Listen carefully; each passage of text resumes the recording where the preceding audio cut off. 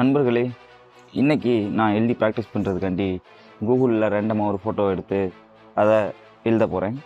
நான் இன்றைக்கி எழுத போகிற ஃபோட்டோ இதுதான். கார் மேலே ஒரு பூனை படுத்திருக்கு. ஆனால் இதில் நம்ம ஒரு சேலஞ்சை ஆட் பண்ணணும் அப்படிங்கிறதுக்காண்டி இதை 3 செக்மெண்ட்டாக எழுத போகிறேன். ஃபஸ்ட்டு ஒன்று ஒரு வரியில் எழுதணும். ரெண்டாவது ஒரு பத்தி, அதாவது ஒரு பேராகிராஃபில் எழுதணும். மூணாவது கொஞ்சம் பெருசாக எழுதணும். அதில் இருக்கிற டீட்டெயில்ஸை முழுசாக எழுதணும். இந்த 3 சேலஞ்சு தான். வாங்க எப்படி எழுதிக்கன்னு பார்ப்போம். நண்பர்களே, நான் எழுதுறது ஓரளவுக்கு கொஞ்சம் தமிழில் தான் எழுத ட்ரை பண்ணுவேன். ஏன்னா நம்ம பேச்சு வழக்கில் தான் தமிழ் மறைஞ்சிக்கிட்டு இருக்குது. எழுத்து வழக்கில் அதை பண்ண வேணாம் அப்படிங்கிறதுக்காண்டி மேக்ஸிமம் தமிழில் தான் எழுதிக்கிட்டு இருக்கேன். வாங்க பார்ப்போம். முதல்ல ஒரு வரி.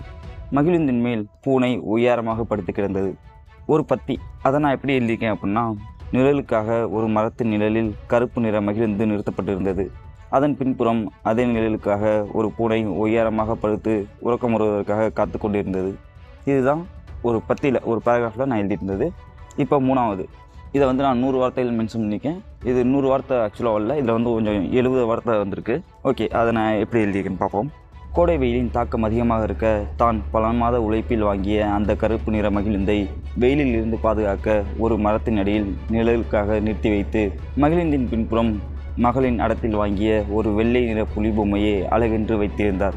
நாளெல்லாம் வேலை இல்லாமல் வீண் வேலையை செய்து களைத்து வந்த அந்த பூனை ஓய்வெடுக்க மகிழுந்தின் பின்புறத்தில் நிழலோ நிழல் என்று பின்னால் புலி இருந்தால் என்ன, நானும் அதே புலி பரம்பரைதான் எனும் தொனியில் தன் வாளை மடக்கி காலின் கீழே வைத்து ஒய்யாரமாக படுத்து உறக்கம் வருவதற்காக காத்து கொண்டிருந்தது அந்த பூனை. இதுதான் மக்களே, நான் இந்த ஒரு ஃபோட்டோவை வச்சு ஒரு 3 விதமாக எழுதினது. இந்த எழுத்துக்கள் எப்படி இருக்குது அப்படிங்கிறத நீங்கள் கமெண்ட்ஸில் சொல்லுங்கள். என்னை ஃபாலோ பண்ணிங்க. இது மாதிரி நிறைய கண்டென்ட் பண்ண ட்ரை பண்ணுறேன். ஃப்யூச்சரில் ஒரு கதையை எழுதுறதை பற்றியும் நான் சொல்கிறேன். ஆக்சுவலாக ஒரு கதை எழுதியிருக்கேன், அதை பற்றியுமே நான் பின்னாடி தெளிவாக சொல்கிறேன். ஓகே, பாய்.